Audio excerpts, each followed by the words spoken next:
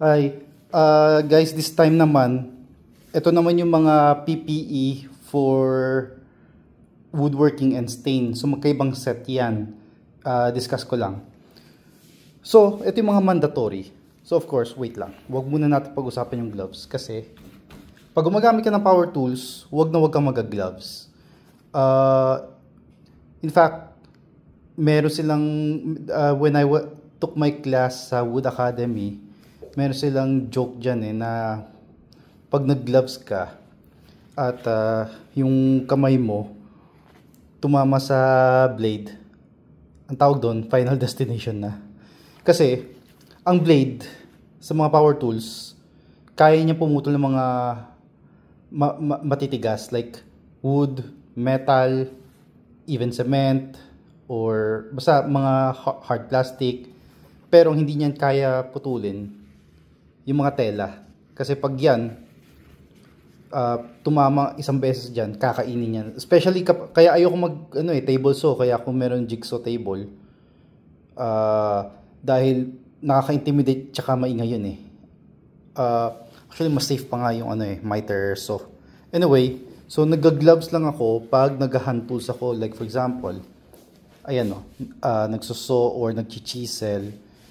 And yeah, as a matter of fact, talagang mag-gloves ka pag nag-hand tools ka dahil statistically, mas marami akong beses na sugatan dahil sa paglalagari at saka yung pag-chisel. Of course, for accident reason, no? Anyway, so ito, ang mga non-negotiable is yung apron to protect, your body. And then, I have my gloves here and ito, earplugs. Dati meron ako yung malaki yung malaking bilog na nilalagay sa tenga. Kaso over time parang bumabaho kadiri kasi syempre nagtatrabaho ka, yung pinapawisan ka, 'di ba? So naiipon doon. So and buti talaga nasira yun, may reason ako para itapon. Although mura lang naman yun. Tsaka ito disposable din to I mean, like, kung gusto mo lang, kasi when you buy this, it always comes in set, maramihan na. Pakita ko.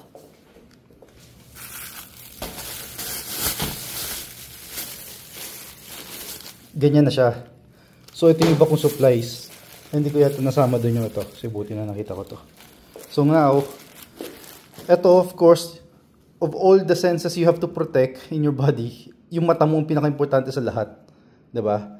And second yung tenga. And FYI, fun fact lang, of all your body parts, lahat nag-heal over time. Halimbawa, lumabo mata mo, mapapalasik mo pa para lumina uli mata mo, nasugatan ka, mag-heal yan.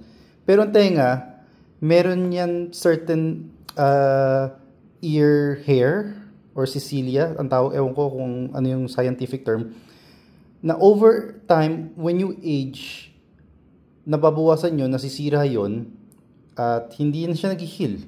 And walang medical procedure para maibalik yung hearing loss mo. So, you really have to protect your ear as equal as to your eyes. Now, ba't ako may ganito? Well, actually, natuwa lang ako nakita ko sa Lazada. Minsan, tinatamad ako magsuot nito plus yung sa mata. So yan, isahan na. At saka, kasi ito parang sagabal Kasi nag-eyeglasses ako.